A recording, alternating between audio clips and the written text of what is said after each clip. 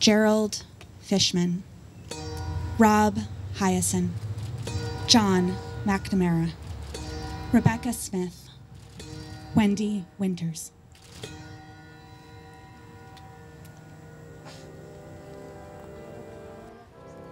She contacted me last Friday about being Teen of the Week.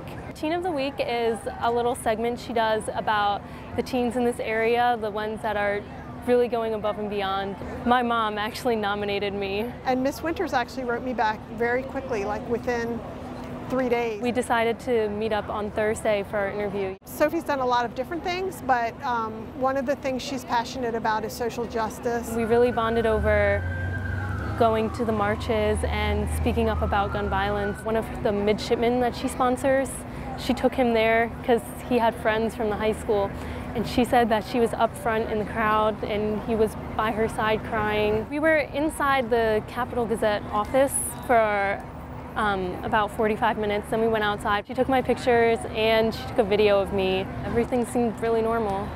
She walked me to my car and we said goodbye. I think she just told me, you know, have a nice day. And she told me when my article would be running in the newspaper. When she told me that they spoke about gun violence less than a half hour before this happened, I couldn't believe it. I was just... It gives me the chills to think about that. It just seemed really ironic later that day what happened. Breaking news, a shooting this afternoon in Annapolis, Maryland with police and ATF are on the scene of a shooting at the Capital Gazette newspaper that's located We are still working to confirm a lot of details at this point. I had a coworker in my office, so he is the only one that I told she's getting ready to go to an interview at the Capitol for Teen of the Week. And he came to me and he looked like he had seen a ghost. And he said, have you talked to your daughter? My mom called me to make sure I was home and I was okay.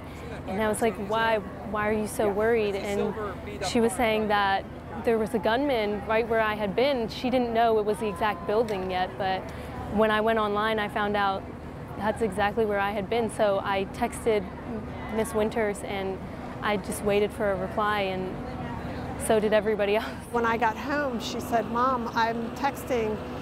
I just want to know that she's okay because I feel so bad. We literally just got done talking 30 minutes ago, and she's not writing me back. I wasn't thinking the worst. In the beginning, I was thinking maybe she left her phone in the office. She's talking to the police, you know. Maybe she was just in the hospital with the glass. By then we saw on social media that her family was looking for her too, so I had a very sick feeling. I never would have thought that she had been one of the victims. It's not just some distant thing anymore. This is happening here. This is happening in my home. This is basically my backyard, and there's senseless acts of gun violence here.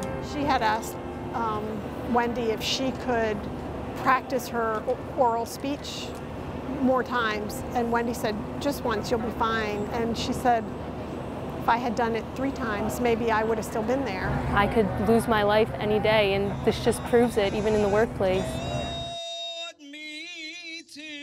I think the biggest thing that I'll remember is just how big her personality was. I feel like she could have kept talking to me for hours. She had so much to say, and she really wanted to hear everything about me. I'm sure just how any journalist is, but I felt like she wanted to get to know me. Interactions I've had with Wendi she was just a very wonderful person, and nobody deserves what happened to these people. I was excited to hear what she was going to write about me after. Just wish I could read it.